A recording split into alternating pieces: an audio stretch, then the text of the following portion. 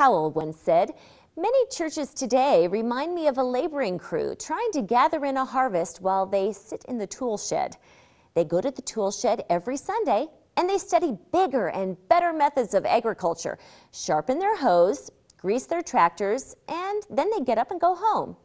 They come back that night, study bigger and better methods of agriculture, sharpen their hoes, grease their tractors, and go home again. They come back Wednesday night and again study bigger and better methods of agriculture, sharpen their hoes, grease their tractors, and get up and go home." They do this week in and week out, year in and year out, and nobody ever goes out into the fields to gather in the harvest. What a sad commentary and totally contrary to how we see Jesus living his life. Turn with me to Matthew chapter 9 as we read together verses 9 through 13. As Jesus went out from there, he saw a man named Matthew sitting at the tax collector's booth. "Follow me," he told him, and Matthew got up and followed him. While Jesus was having dinner at Matthew's house, many tax collectors and sinners came and ate with him and his disciples. When the Pharisees saw this, they asked his disciples, "Why does your teacher eat with tax collectors and sinners?" On hearing this, Jesus said, "It is not the healthy who need a doctor, but the sick. Go and learn what this means. I desire mercy, not sacrifice. For I have not come to call the righteous, but sinners." Oh, I'm so glad Jesus cares for sinners, aren't you? I'm so grateful that he sought me and didn't wait for me to get good enough to come to him. I never would have. We can love only because he first loved us. We were dead in our trespasses and sins, and he rescued us. Now, what comes to your mind when you think of the word dead? Smelly? Worthless? Unable to help ourselves? Without self-motivation? And unappealing. Those are a few that come to my mind. And dead in sin makes it even worse. Sin offends us and God, yet that didn't stop God from sending the best he had and seeking out just those kinds of people. And he asks us to do the same. There's something wrong in our society when people are leaving the church to find God. But if that's true, we can't wait for them to come to us. We need to go to them. People should be able to look at the way we live and begin to understand what the gospel is about. Jesus wants us to see that the neighbor next door or the person sitting next to us on a plane or in a classroom is not an interruption to our schedule. They are scheduled by divine appointment. Jesus wants us to see their needs, their loneliness, their longings, and their desperation, and reach out in his name as he would if he were here. Your cry to God of, "You want me to go where and do what?" may include things that make you uncomfortable.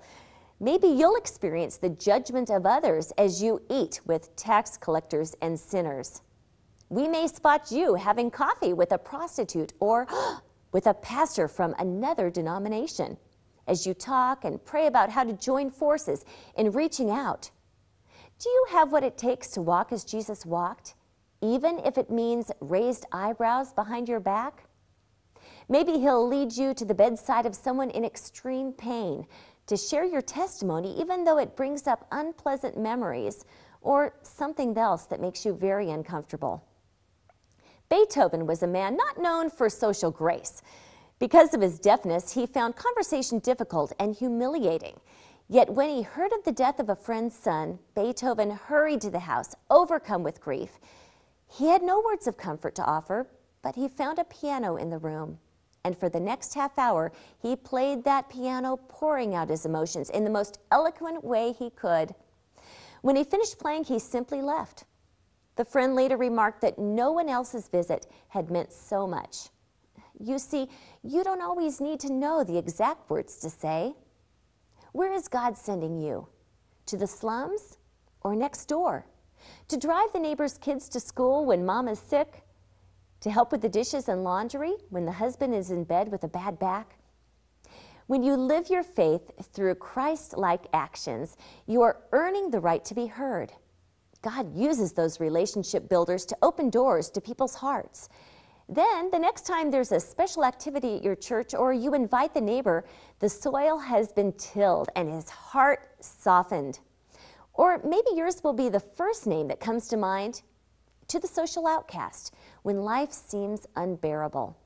Then again, maybe you personally will never see the results, but the next Christian who lives out their faith will carry on the work God began through you. I heard recently of a business owner who, as a seeker, had employed scores of Christians in his company.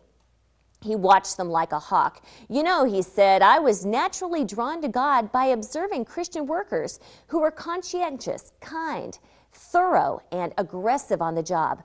But I'll tell you what really impressed me. One day, a guy who I knew to be a brand new Christian asked if he could see me after work. I agreed to meet with him, but later in the day I started to worry that this young religious zealot might be trying to convert me too. I was surprised when he came to my office with his head hanging low and said to me, Sir, I'll only take a few of your minutes, but I'm here to ask your forgiveness. Over the years I've worked for you, I've done what a lot of other employees do, like borrowing a few company products here and there. But besides taking some extra supplies, I've abused telephone privileges and I've cheated the time clock now and then. But I became a Christian a few months ago, and it's real. And in obedience to God, I want to make amends to you and the company for the wrongs I've done. So could we figure out a way to do that? If you have to fire me for what I've done, I'll understand. I deserve it. Or if you want to reduce my pay, reduce it however you think is appropriate. I can work overtime too. I just want to make things right with God and between us. Well, they worked things out, and the business owner said that this conversation made a deeper spiritual impact on him than anything else ever had.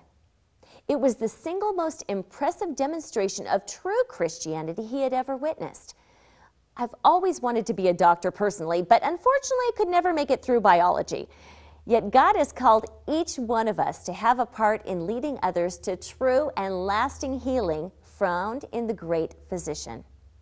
He just requires obedience, not a high IQ. And let me tell you, nothing is more exciting than making a real difference, not just with people's bodies, but with their eternal souls. Walk and work alongside him to witness his incredible healing power.